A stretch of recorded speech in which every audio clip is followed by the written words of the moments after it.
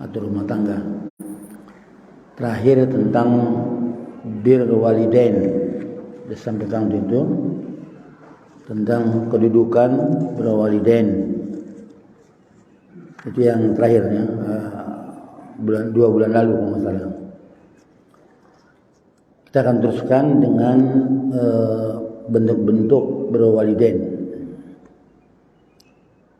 Kajian ini seolah-olah kita bicara tentang anak-anak. Kalau bicara birrul walidain pasti anak-anak. Dalam materi ini untuk semua kita, walaupun tidak dalam bentuk anak-anak lagi. Selama kita merasa sebagai manusia yang dilahirkan oleh ibu kita, ya tetap berbicara tentang birrul walidain. Ada beberapa cara atau bentuk-bentuk berbuat baik pada orang tua itu. Yang pertama, dalam beberapa kitab atau buku kita baca adalah mengikuti perintah-perintah orang tua, mengikuti keinginan-keinginannya, atau selalu berdiskusi tentang rencana sebagai anak. Dalam rumah tangga itu pasti ada rencana seorang anak, misalnya mau kuliahnya kemana nih tujuannya, itu diskusi. Ada juga yang tanpa tahu orang tua masuk kuliah ke jurusan yang mungkin enggak disepakati atau bagaimana, atau masalah mau lamar pekerjaan, atau masalah jodoh. Itu selalu ada. Juga anak yang pilih sendiri jodohnya, ya kan? Juga yang orang tua sendiri. Artinya dalam konteks birrul walidain ini selalu komunikasi dengan orang tua kalau masih ada orang tuanya. Artinya semua kegiatan dalam rumah tangga itu seorang anak harus selalu komunikasi dengan ayah ibunya dan orang tuanya. Kegiatan yang direncanakan tadi sebut pekerjaan, pendidikan, tentang jodoh dan lain sebagainya, itu dimusyawarahkan. Kecuali orang tua mengajak atau merintahkan ke hal yang menyimpang dari syariatnya, dari akidah misalnya, yang kesyirikan, nah itu ditolak, artinya tetap dibantah, tidak diterima. Di dalam Quran di surat Luqman disebut kalimatnya begini. A'udzubillahi minasyaitonir rajim, saya bacakan. Wa jahadaka ala an tusyrika bima laysa bi'ilmun. Jika kedua orang tuamu mengajak atau memaksa kamu untuk mensekutukan aku dengan yang lain, ya, fala tuti'huma, jangan kamu taati keduanya. Jadi ada hal yang kita tolak, ya, sebagai anak kepada orang tua jika diajak atau menyimpang dari akidah syariah, maka disebut kata syirik. Kalau menyangkut kesyirikan yang mensekutukan Allah, baik itu syirik khafi, syirik jali, syirik akbar, syirik asghar, itu sama saja dan syirik. Malah fala tuti'huma, jangan kamu taati keduanya. Wa sahibuhuma fid dunya ma'rufa, tetap dihormati, bergaul dengan baik, ma'ruf. Ini yang pertama. Orang tua saja kalau menyangkut kesyirikan tidak boleh ditaati, apalagi bukan orang tua, bukan ayah ibu. Itu intinya. Di orang tua yang mengajak mendekati saja kepada kesyirikan, apapun jenis syiriknya, maka tolak, tidak ditaati. Dalam konteks adab akhlak, ya kalau orang tua mengajak wajib ditaati, tapi menyangkut kesyirikan atau hal yang lain dalam bentuk kemaksiatan kemungkaran tidak boleh ditaati. Nah, pelajaran di sini adalah ketika orang tua saja, ayah kandung, ibu kandung mengajak, menyentuh sedikit nyerempet kepada kesyirikan, wajib ditolak. Tetap dihormati dalam bentuk yang lain, apalagi orang lain.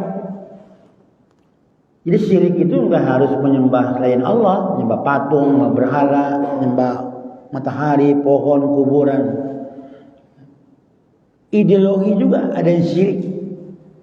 Katanya syirkun khafi, syirik yang tersembunyi. Itu ideologi muslim kita, ideologinya kafir. Itu syirik. Syirik khafi. Muslim kita tata cara hidupnya bukan Islam. Itu syirkun khafi. Itu juga mesti dipahami. Nah, kenapa Rasulullah itu yang pertama itu tauhid Allah agar enggak syirik. Jadi persoalan syirik ini persoalan yang sangat mendasar dalam Islam. Sehingga disebut kata syirik dulu. Enggak dibilang kalau orang tua mengajak kamu berzina, mengajak kamu mencuri, ya, mengajak kamu berdusta, enggak disebut itu, tapi kata syirik disebutnya. Karena syirik ini lawan tauhid, musuh Allah, musuh din. Sampai dalam doa kunut nazilah saja disebut syirik. Allahumma halil kafarata wal musyrikina a'daka a'da'd-din. Ya Allah, hancurkan orang-orang kafir, ahli bid'ah dan orang-orang syirik. A'daka a'da'd-din, musuhmu dan musuh agama. Jadi orang syirik itu musuh Allah, musuh din Islam. Nah, itu namanya. Jadi penekanan di situ. Nah, jadi maka kajian Islam itu konsentrasi akidah, tauhid ini. Jadi kalau kajian-kajian yang lain sih, saya pikir itu tinggal diikuti dengan, tapi kalau membersihkan pemikiran, ya, jiwa kita terhadap kesyirikan itu harus cepat dibersihkan. Karena bahayanya banyak. Ya.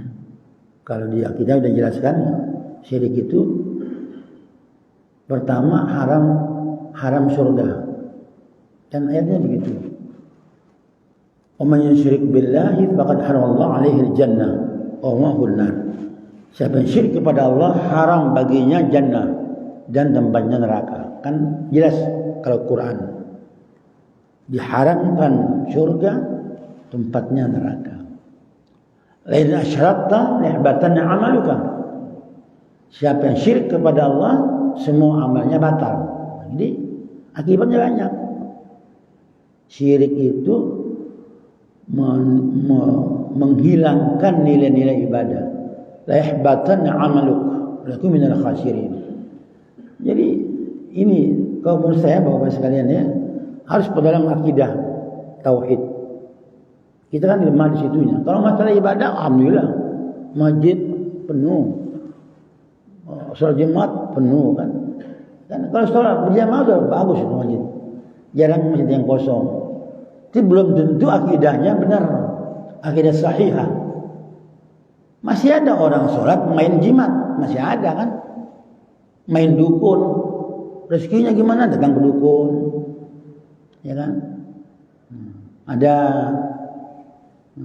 jimat, tulis-tulis sama orang-orang tertentu, taruh di peci, di dompet, macam-macam. Nah itu kesyirikan. Nah itu yang kalau begitu orang tua mengajak, tolak. Apalagi bukan orang tua. Tapi yang baik tadi syirik ideologi itu. Kan kita banyak nih, Muslim kita ini kan mayoritas, tapi ideologinya ideologi sekuler, kapitalis, ideologi komunis, Muslim. Tapi ideologinya bukan Islam. Itu kan kontroversial dalam hidup kita. Jadi bicara akhlak juga ya menyangkut hari-hari kita tentang akidah. Memang itu paket kan. Tentang akidah, syariah, akhlak itu kan 3 komponen pokok, pondasi pokok yang harus dipahami oleh kita. Kajian-kajian Islam itu lemah di akidah. Saya kalau masalah ibadah itu, ya saya pikir udah bagus itu. Tinggal membenahi kurang di mana.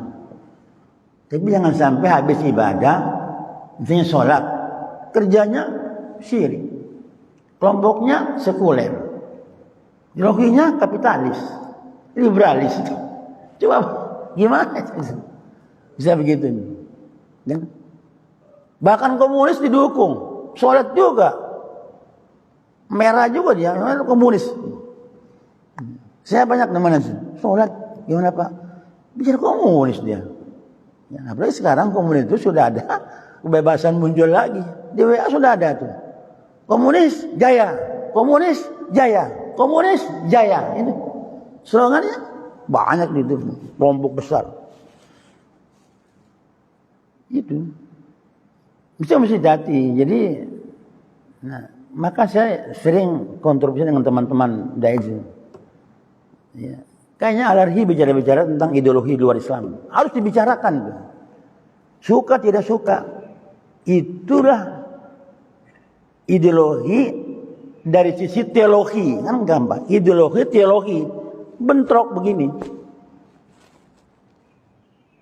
Ini yang mesti diperdalam itu kajiannya. Karena banyak masyarakat yang keliru memahaminya. Karena yang bicara ideologi luar Islam itu tokoh-tokoh yang dianggap tokoh yang punya kekuatan, yang punya otoritas. Jadi diikuti aja. Apa yang dibicarakan itu pelan-pelan kita dibuang pemikiran Islam. Mindset kita dirubah. Ya. Tentang Islam yang utuh, yang sempurna, yang syumuliyatul Islam, yang kafah, itu disingkirkan pelan-pelan. Itu bisa ideologi. Itu anunya. Ini orang ini kalau orang tua mengajak kamu syirik dengan sesuatu, mensyirikkan aku dengan sesuatu, fala tutihuma. Jangan ikuti, jangan taati, tetap dihormati. Wasallallahu fid dunya ma'rufa. Karena taat itu kepada yang ma'ruf saja. Maka Rasulullah menjelaskan dalam hadis Muslim, la ta'ata fi ma'siyatillah, innamat ta'atu fil ma'rufi. Tidak boleh taat kepada orang yang maksiat kepada Allah. Taat itu untuk yang baik saja, yang benar saja, yang ma'ruf. Ini persoalan akidah itu nggak bisa ditawar. Kalau akidah jangan ditawar-tawar. Kalau muamalat masih ada elastis. Gimana nih? Tapi kalau akidah nggak bisa tawar. Dia pasti dia. Nggak bisa gimana kalau saya kondisi begini, saya harus ikutin. Harus jelas. Maka istilah Islam moderat itu nggak dikenal dalam Islam. Moderasi Islam itu pelan-pelan mengaburkan nilai Islam. Dan itu juga dikumandangkan sekarang. Bahkan diundang tokoh-tokoh dunia Indonesia ini untuk bicara moderasi Islam atau Islam moderat. Dasarnya wasatiyah, ummatan wasatan diangkatnya. Dalam tafsir yang menawarkan bukan kita moderat. Saya nggak kemana-mana, pokoknya harus berpihak. Kalau ini hak ya hak dah. Kalau batil selamat tinggal. Nggak ada istilah moderat dalam Islam. Umat yang di tengah-tengah yang memimpin dunia, itu maksudnya. Bukan kita toleransi hal-hal yang bersifat akidah kita tolerir. Oh ini nggak apa-apa. Yahudi mau begini nggak apa-apa. Muslim mau begini nggak apa-apa. Kalau memang mengganggu akidah, nah itu maksudnya. Jadi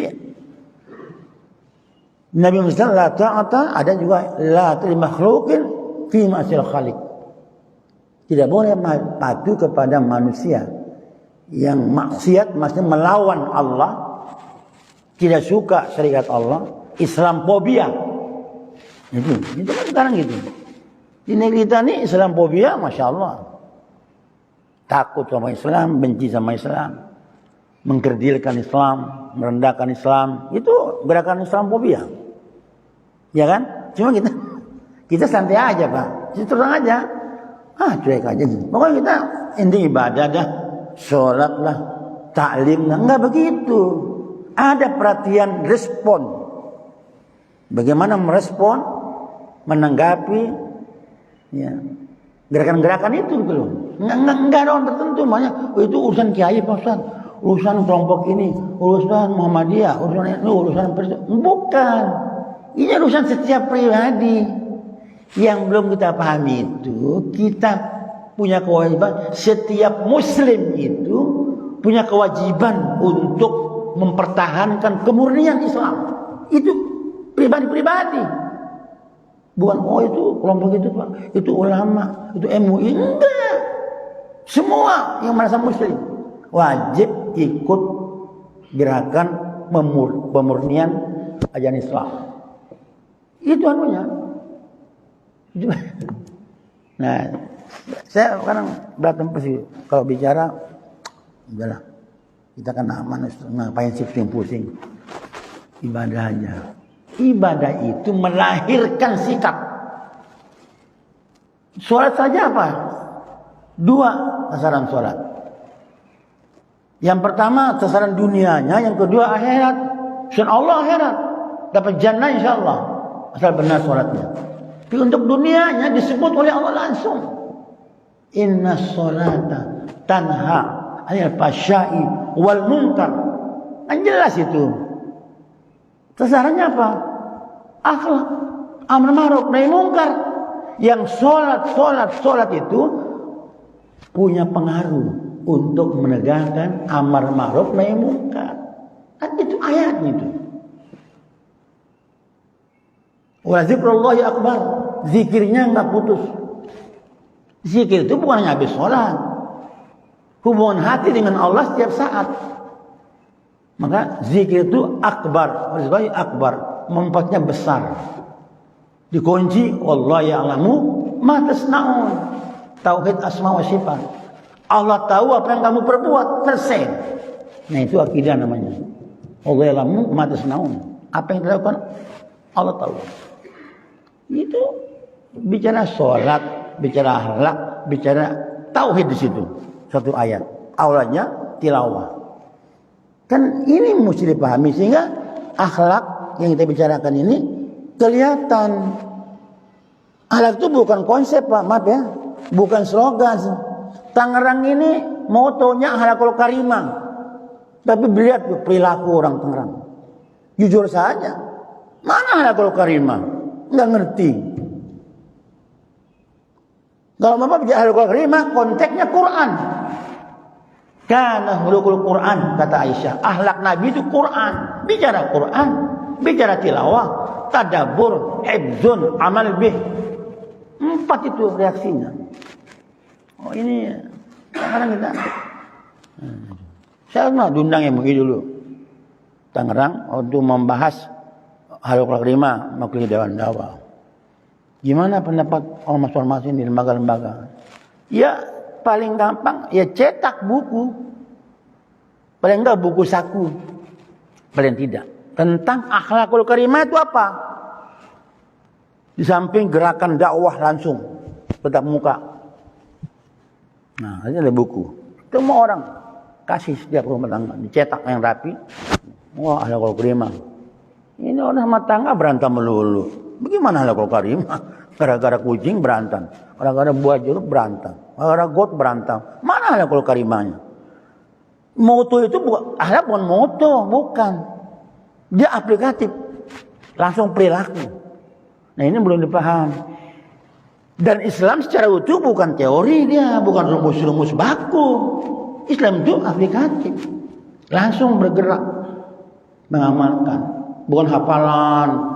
Nah, kalau SD anak TK ya hafal. Rukun iman ada 6 itu TK. Islam ada 5 1. Buat kita bukan hafalan. Paham, amalkan. Jadikan pedoman. Kalau kelas kita nih. Bukan main hafalan aja kan anak TK. Nyanyi rukun Islam. Buat apa dinyanyiin? Itu TK. SD. Biar dihafal. Kan dinyanyiin dari sekolah. Sampai SMA masih nyanyi. Taman kuliah masih nyanyi. Nggak ada hasilnya. Mana orang-orang kuliah akidahnya kuat ahlak mulia. Waduh itu mah. Kacau itu Pak. Ya. Jadi taat itu tidak ada taat kepada yang maksiat kepada Allah. Innamat ta'atu fil ma'ruf. Itu hal yang bagus. Kalau kita punya pemimpin, kalau pemimpinnya bagus, benar, hak, tidak menyimpang dari syariat, wajib dipatuhi. Kalau menyimpang, tolak. Orang tua jadi tolak yang melahirkan. Bagi orang lain, apapun statusnya dia. Nah ini yang harus dijelaskan ke umat. Jadi kita itu jangan terlalu apa ya. Ini saya lihat itu akibatnya. Maka banyak orang ya walaupun pendidikan tinggi, mohon maaf ya, saya nggak merendahkan teman-teman, tapi akhlaknya masih buruk atau adabnya hampir sama pengertiannya. Banyak orang nggak beradab, saya lihat. Coba lihat. Mestinya orang ini, waduh ini, maaf ya, kalau sebut kata profesor, itu masih nggak beradab banyak. Maka bukan standar, bukan jaminan. Yang namanya pangkat, kedudukan, titel sampai 8 bukan jaminan. Faktanya banyak. Banyak.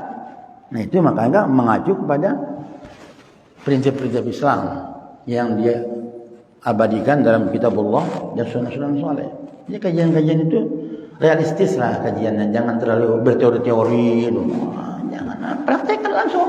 Islam itu praktek, amal, kan? Cuma jelas alladzina amanu wa amilus shalihat. Alladzina amanu wa amilus shalihat. Beriman, beramal, terus amal itu kerja, terus berbuat. Dengan syarat-syaratnya jelas. Nah, seperti itulah Islam. Nah, jadi pembahasan kita ini tentang birrul walidain. Saya kembangkan ini kepada lebih luas lagi. Jadi birrul walidain itu kalau perintah sahih benar wajib diikuti. Ya, kecuali menyimpang dari akidah, dari syariat. Nah, ditolak dengan halus, tidak harus kasar depan orang tua, tapi tetap digauli. Ingat ya, ini bersifat umum nih. Taat itu tidak ada kepada orang melawan Allah. Kecuali yang baik saja. Inna ta'atu bil ma'ruf, fil ma'ruf. Itu yang ada. Nah karena itulah itu yang pertama. Jadi mengikuti keinginan orang melawan Allah kecuali mengajak sesuatu yang buruk. Yang kedua, menghormati, memuliakan. Menghormati, memuliakan. Itu beda. Mengikuti tadi menghormati, memuliakan orang tua. Penuh kasih sayang, dirawat, ya, diperhatikan, dibantu, ditolong. Nah itu gen. Maka di dalam harus mengucapkan terima kasih banyak, bersyukur kepada Allah, kepada orang tua. Ya, dan seterusnya. Maka di Quran di surat Luqman disebut lagi. Wasnal insana biwalidayhi hamadhu ummuhu wahnan ala wahnin wa bisal fi amin anishkur li wa liwalidayk ilayal masir. Itu prinsip Al-Quran. Maka diwasiatkan kepada semua manusia agar dia menghormati kedua orang tuanya, menghormati orang tua. Kenapa? Hamalathu ummuhu wahnan ala wahnin. Di sini stressingnya. Karena ummuhu, ibunya, telah mengandungnya, ya, berapa lama itu? Kata wahnan ala wahnin dalam kamus Arab disebut derita tambah derita, susah tambah susah. Itu menurutnya. Jadi kalau kata hamalatu ummuhu, ibunya mengandungnya, hamalat kata itu membawa, hamil, hamal yahmalu itu membawa bila mengandung hamil dalam kondisi wahnan ala wahnin, derita di atas derita. Allah menjelaskan itu. Karena itu wabisul amin 2 tahun di sapi. Di sapi itu 2 tahun. Nah, kalimat ini anishkurli kata Allah, wali walidayka, bersyukurlah kepadaku dan kepada orang tuamu. Di sini intinya, bagaimana bersyukur kepada Allah, anishkurli wali walidayk, bersyukur kepadaku dan kepada kedua orang tuamu. Gimana konsep bersyukurnya? Ini mesti kita, kalau bersyukur kepada Allah udah dibahas oleh ustaz lain kan, bersyukur 3 dimensi, ya, asyukru bil qalbi, syukur dengan hati, semua nikmat dari Allah, ya kan? Semua nikmat dari Allah, apapun nama nikmatnya, min indillah, Itu jelas itu. Jadi kayak Qarun itu semua nikmat yang kumiliki karena ilmuku. Dia bilang gitu. Ya ilmu indi, karena ilmu yang kumiliki, karena SDM ku, kerja kerasku. Dia nggak terima nikmat dari Allah. Itu Qarun. Akhirnya ditenggelamkan oleh Allah dengan istana-istananya ke dasar bumi menjadi harta karun. Silakan gitu.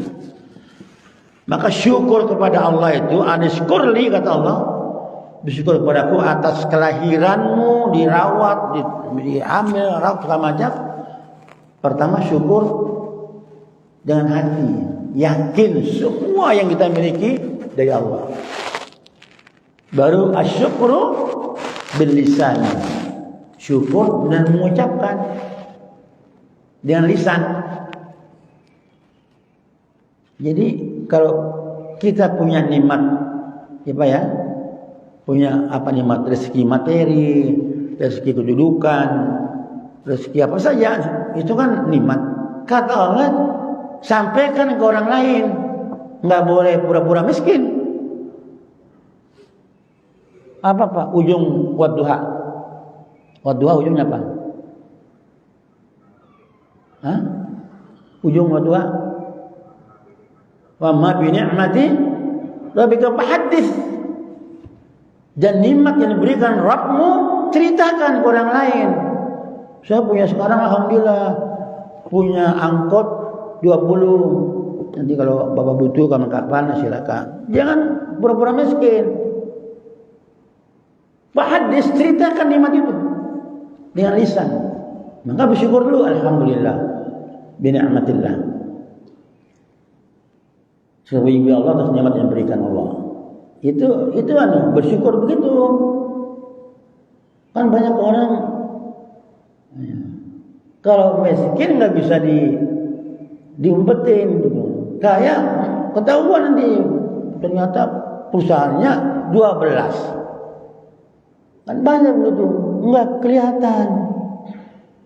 Bapaknya yang ini dikasih ke anaknya 20 perusahaan. Masa anak baru sekian tahun punya 12 perusahaan, punya 25 triliun dari mana? Sehingga oleh begitu juga. Kita ini kadang-kadang ya, diminta sumbangan 50.000 susah, padahal duitnya banyak.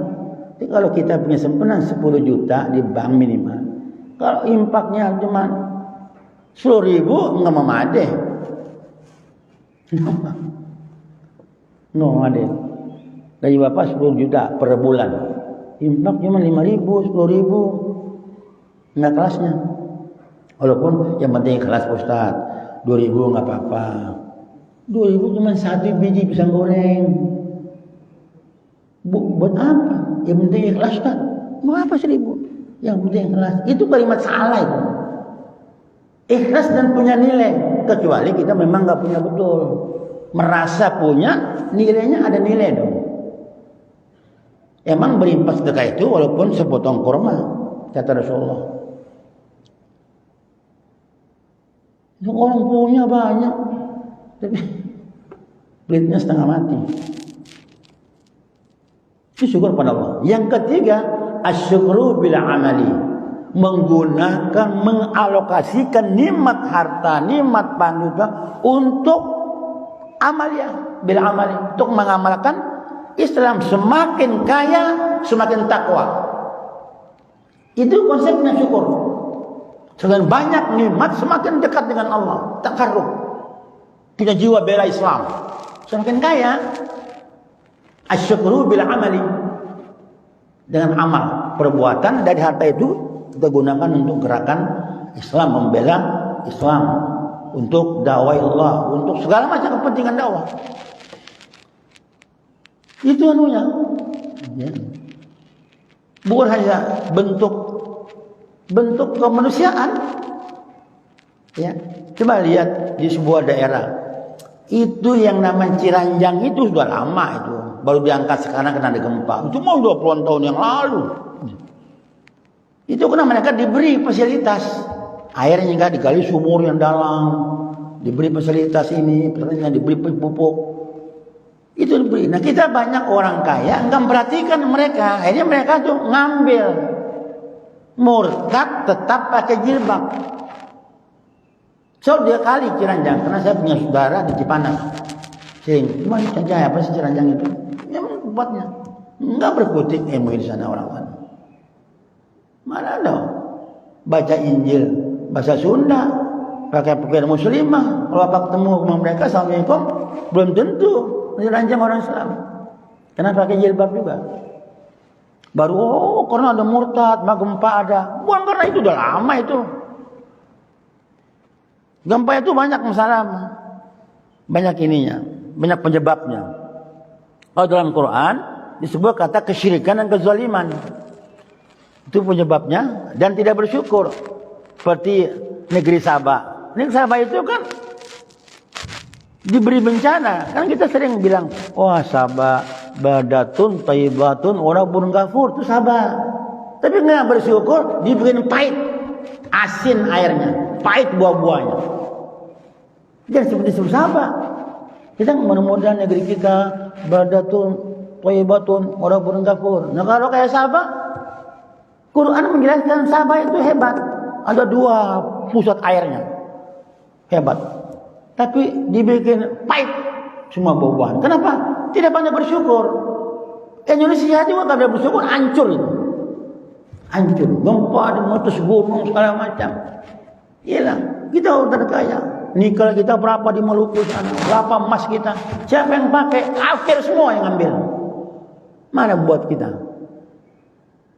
Nah itu syukur itu. Ini serius.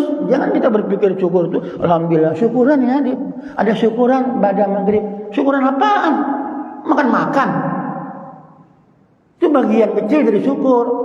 Ada syukuran di rumah Pak, naik pangkatnya alhamdulillah. Dia sudah naik pangkat dari korporal menjadi sersan, terus naik. Syukuran. Sah-sah saja, tapi yang diminta bukan itu oleh Islam. Kita kan itu syukuran ya, besok ya.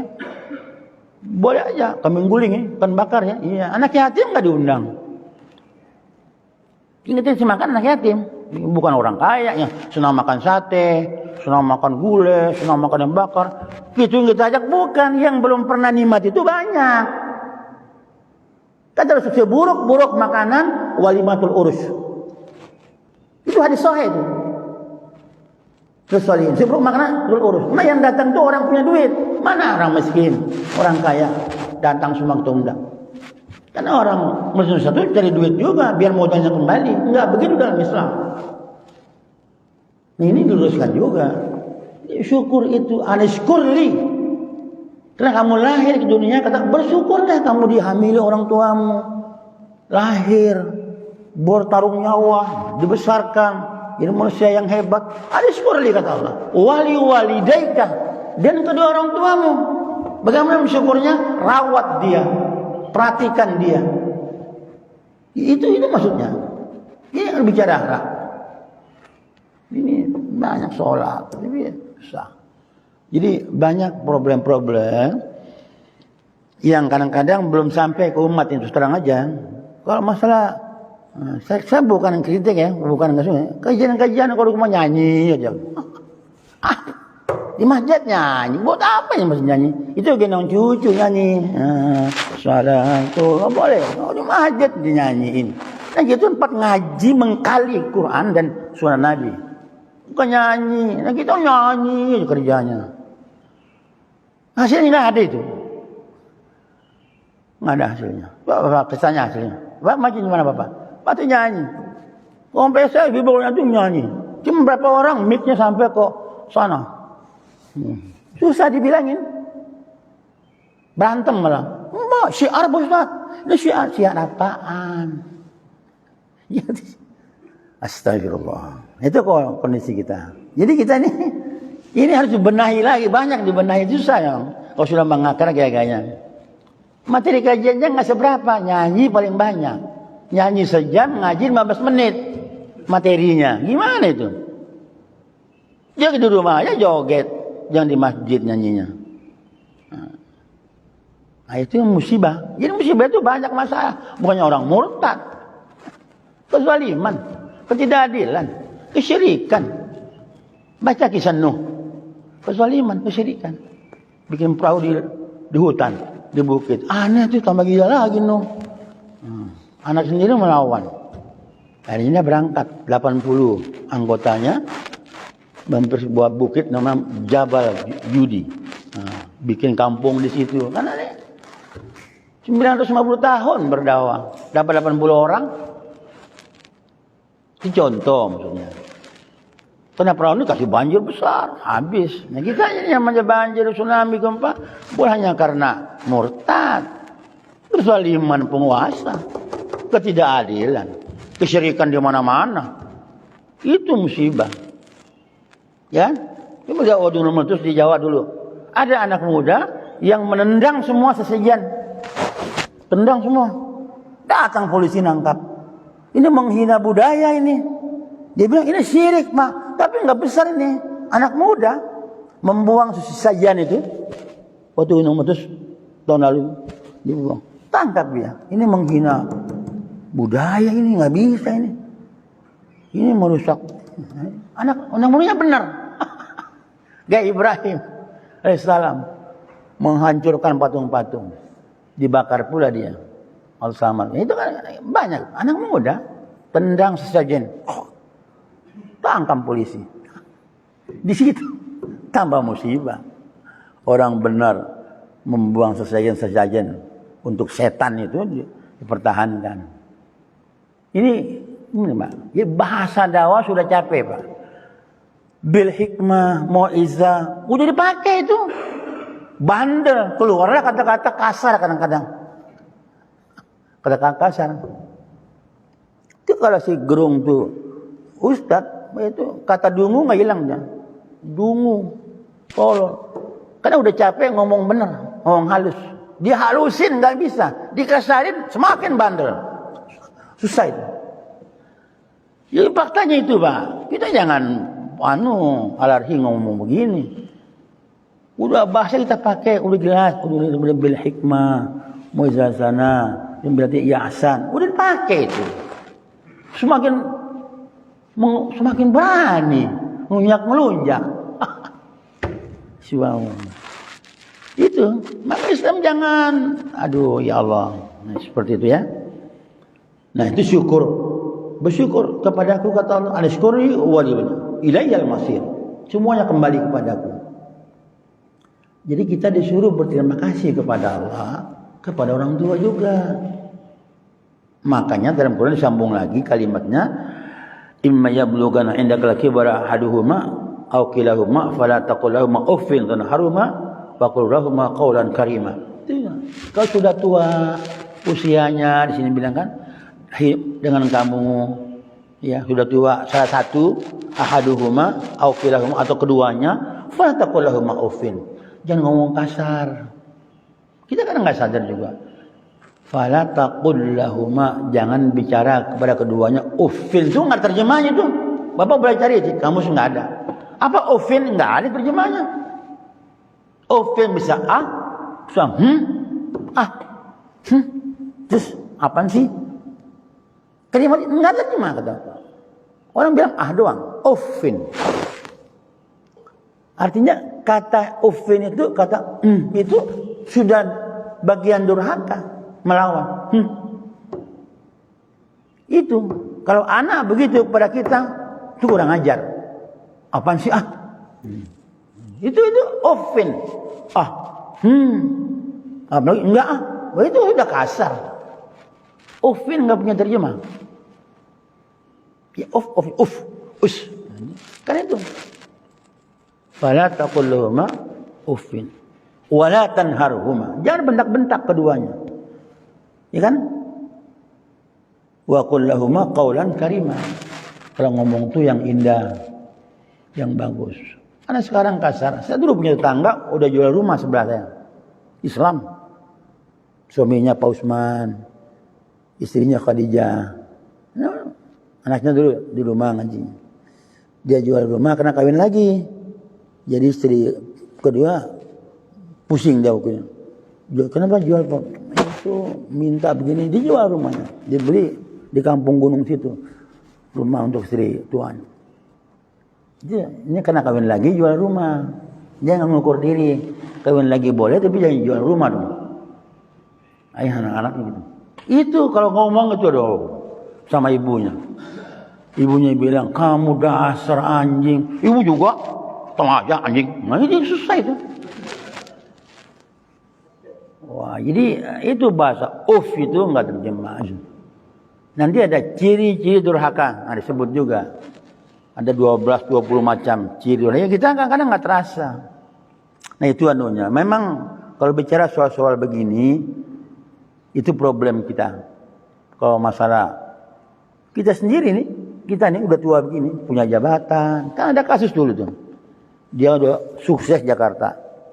Ini bukan cerita fiktif, beneran. Jakarta sukses, sebuah pengusaha. Kemudian orang tuanya dibawa ke Jakarta untuk silaturahim anak-anak biar dia cucu-cucunya. Bapak nanti ada kamar di belakang Pak, spesial buat Bapak sana ya. Untuk depan. Kalau tamu-tamu datang, Bapak bisa keluar. Tetap di sana aja. Tamu datang, bos-bos. Keluar bapaknya, gaya kampung. Wah itu diomelin bapaknya habis. Saya udah bilang, teman-teman saya tuh orang tuh. Bapaknya bilang udah kampungan begini keluar. Saya bilang apa dari tadi? Jadi itu bukan efektif. Ini seorang ustadz teman saya bilang begitu, saya punya ini cerita dia. Sampai segitunya merasa sudah ini, maksudnya ini ayah saya, ini ibu saya, walaupun seperti apa penampilan, itulah orang tua yang merawat, melahirkan, saya jadi orang sukses. Itu luar biasa. Itu cerita. Cerita kedua ini bukan cerita ya, ada juga pengusaha ikan. Wah, ikan. Ibu bilang, aduh bagus ikannya, nah sekali ibu pingin yang itu tuh yang bagus. Ibu ini kan jualan bu. Untuk kita makan, tapi ibu pingin diambil, dilempar ke mulutnya, makan tuh, kaget ibunya. Pas dia mati, susah itu matinya, meninggalnya. Banyak tidak begitu. Jadi saya nggak kira yang efektif, yang realitas saja ceritanya seperti itu. Jadi kasus-kasus seperti itu yang anak durhaka itu luar biasa. Ya, berkata kasar. Karena anak sekarang kadang-kadang kalau dulu ya zaman saya di kampung, kalau bapak batuk udah ngerti. Batuknya itu sudah nasihat. Kita mau macam-macam. Udah gini. Sekarang mau batuk kayak mau apa kayak bodoh amat anak. Saya masih ingat batuknya ayah saya tuh udah ngerti kita. Udah batuk. Wah, udah diam. Jadi digituin gitu. Nah sekarang mau batuk apa kayak apa, teriak aja anak-anak masa bodoh. Sangat beda. Semakin maju teknologi, semakin maju ini. Nah, coba anak kita, Bapak ceritakan sekarang. Saya sekolah dulu Bapak dari kampung rumah jalan kaki tanpa sendal. Pakai baju kaos, enggak ada tas ini, pakai batu tulis dan grup. Tulis dihapus. Kalian sekarang TK pakai dasi di wisuda. Apa kurang hebat kemajuan? Tapi kurang ajarannya itu. Susah. Orang dilompat, Bapak duduk bisa lompat kayak Batman. Stop. Bapak bilang, wah hebat saya. Anak saya lompat di kepala Bapak. Enggak apa-apa. Lompat lagi nak. Itu kurang ajar. Dulu yang namanya cium tanah itu, jangan depan orang tua. Wah itu nggak bisa. Ya. Kadang anak dengan gayanya orang kita. Kadang-kadang nggak mau kalah. Ya. Oh bisa jangan lah, bapaknya simpi. Ini apa-apaan? Parah itu. Itulah kondisi. Kondisi ini masih ada. Nah Islam datang mengajarkan ini gitu loh. Mengajarkan ini. Itu yang dipahami. Kan kita problem rumah tangga problemnya. itu merembes ke negara, Pak. Rumah tangga ambruk, masyarakat ambruk, negara rusak. Kalau Bapak jadi kepala keluarga, Bapak jadi RT. RT juga rusak. Kan satu RT, kalau 60 warga kacau itu. Kita rumah tangga RT-nya rusak. Bapak jadi lurah begitu, sampai bupati, gubernur, jadi presiden, kan rusak juga. Orang akhlaknya buruk ya buruk aja. Susah itu. Nih Pak Haji, ini contoh nih. Pak maaf ya, di RT saya tuh Pak Imran, cari RT susah calonnya kemarin. Saya dikasih tim oleh Pak RW nih Pak Insuran. Bantu Ustaz cari. Di RT 3 saya itu nggak ada si Fulan yang cocok nih, si Fulan cocok. Nggak ada yang mau jadi RT. Satu incar saya. Dia guru taekwondo. Datang. Ke rumah saya datang. 2 kali ketemu dia. Ke rumah sekali sama tim. Dibentuk panitia. Untuk cari RT aja. Tapi bagus jawabannya. Susah Pak Ustaz. Walaupun Bapak banyak murid taekwondonya. Tapi keluarga kami belum jadi contoh Ustaz. Apa kata orang nanti? Kalau bisa janganlah Bapak jadi RT. Ya, saya sendiri masih ini. Nah, karena saya enggak ini. Nanti jadi sorotan juga. Jadi mohon maaf. Itu jawabannya dia. Saya incer dia.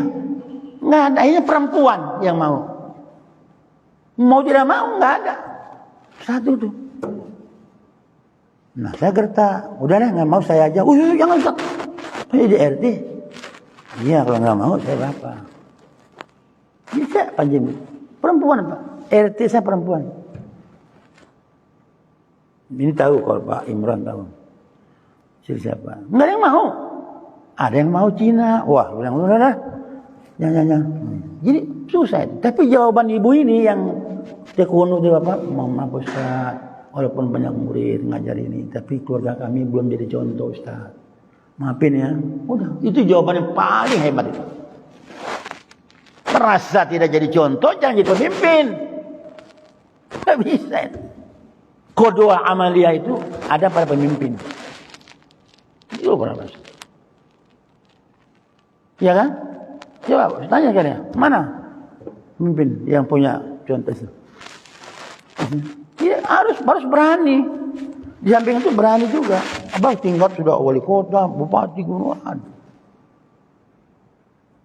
Pengadilan Negeri Tangerang mengesahkan kawin beda agama. Disahkan resmi itu.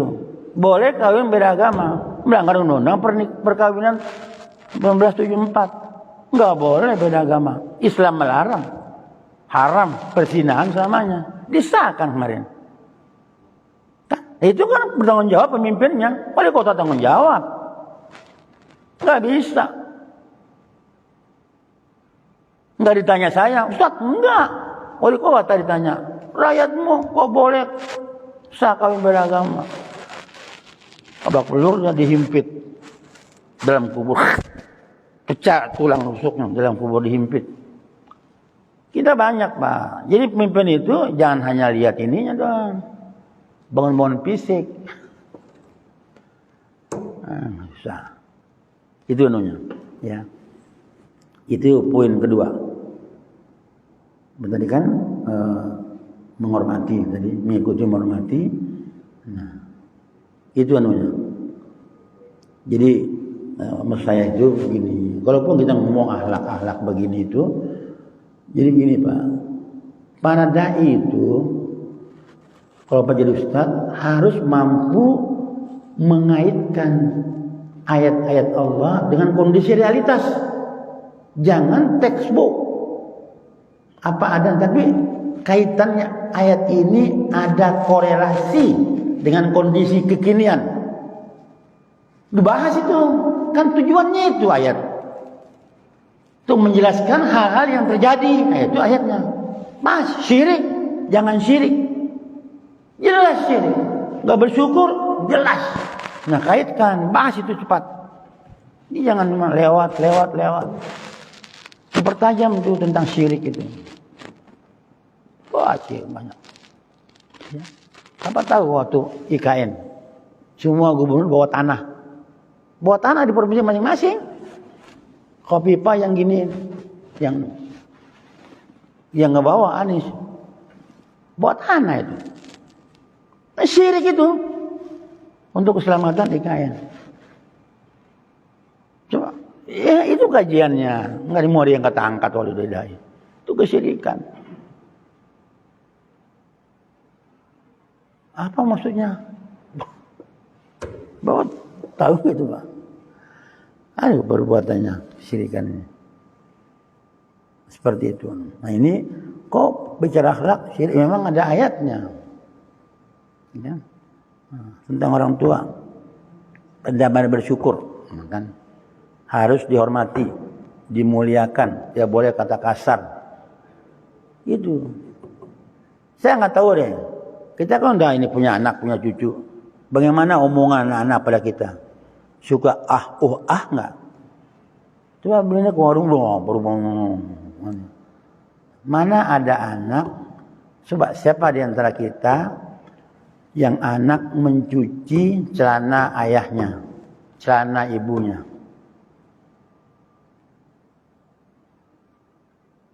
Celana ibu, celana bapak, cuci.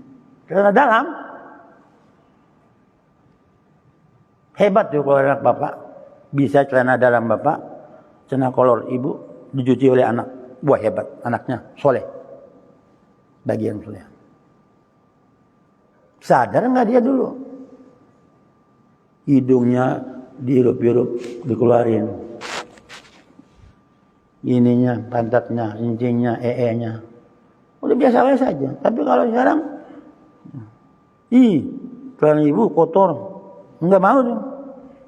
Dan kalau ada bagus, hebat itu anak. Dasar itu. Mana ibu celana yang cuci, kolornya ibu yang cuci, ya. Kan susah itu. Bukan dia itu sendiri udah gede. Kalau SMP itu jangan lagi suruh SMP itu suruh nyuci, SMA suruh nyuci sendiri. Nah, bila kalau orang kaya punya pembantu tukang cuci, pilih lagi. Ini lagi yang nggak punya duit bayar tukang cuci, beda lagi. Coba ya. Itu dulu kajiannya. Ya, mudah-mudahan ini bisa kita pahami. Di intinya itu, ini kan temanya itu bentuk-bentuk berwalidain. Kan, tadi kan keinginannya apa, mulia kita hormati. Omongannya harus hati-hati. Nanti ada nyampe kepada bab yang lain, berwajah masam saja bagian dari durhaka. Harus sering membuat orang tua tersenyum, ya kan? Itu anunya. Emang susah ini Pak. Materi-materi ini mestinya ini mesti keluarga. Ada sih spesial, ya, menggapai keluarga Islami judulnya. Itu kajian 4 jam. Ya. Ini dari pagi sampai zuhur lah. 8 sampai jam menjelang zuhur bisa. Namanya kajian menggapai keluarga Islami, bukan sakinah. Pokoknya keluarga Islami seperti apa. Mainkan ayat dan hadis saja dengan kasus. Ya, berpenempat banyak yang suka, banyak berhasil. Udah dibikin ininya, udah bikin PowerPoint-nya, ada diskusi. Ibu yang banyak sih yang bawa anaknya. Jadi ngaji keluarga misalnya. Kalau bapak ngaji, suami nggak ngaji, ya istri nggak ngaji, ibu ngaji, suami nggak ngaji, bapak ibu ngaji, anak nggak talim, sama aja nggak nyambung. Saya jujur aja nih, pemberan tahu kompleks saya. Ada pengurus masjid sampai saya itu, anaknya nggak pernah ke masjid. Dari SMP, SMA, sampai kawin. Nah, padahal dia dari SDIT. Tadinya, sebuah SDIT, hafal sekian juga. Enggak, itu bapaknya cuek aja bapaknya. Mana dia? Biasa dia begitu orangnya, susah. Nah, aja. Ada yang sudah pernah talim, ini juga remaja sebelum itu. Hilang 2 anak. Saya tanya, Pak, mana kok hilang? Iya tuh anak tuh malam terus ya. Sudah bilang kok nggak ngaji lagi. Yang satu, ya itu bilang teman ngaji bukan teman aku. Itu bahasanya dia ditiru bapaknya. Bukan teman aku, Pak. Bilang begitu, bapak jelasin dong. Justru ngaji punya teman. Jadi jawabannya macam-macam, tapi dibiarin. SMA itu, Pak. Saya bukan cerita bohong nih. Saya tes anak SMA itu. Waktu pertama remaja di masjid itu Pak Sunan. Rukun Islam, rukun iman. Kagak bisa. Aneh. Aneh. Di materi remaja. Ngomong akhir. Bahasa adat. Ya. Pak, enggak ada tuh di pelajaran sekolah. Enggak ada pelajaran sekolah katanya. Memang enggak ada ini di sekolah kalian. Makanya ngaji di sini. Dia bilang. Nah seperti itu. Itu kasus Pak ya. Untuk jadi pemikiran kita juga. Kita jangan alim sendiri.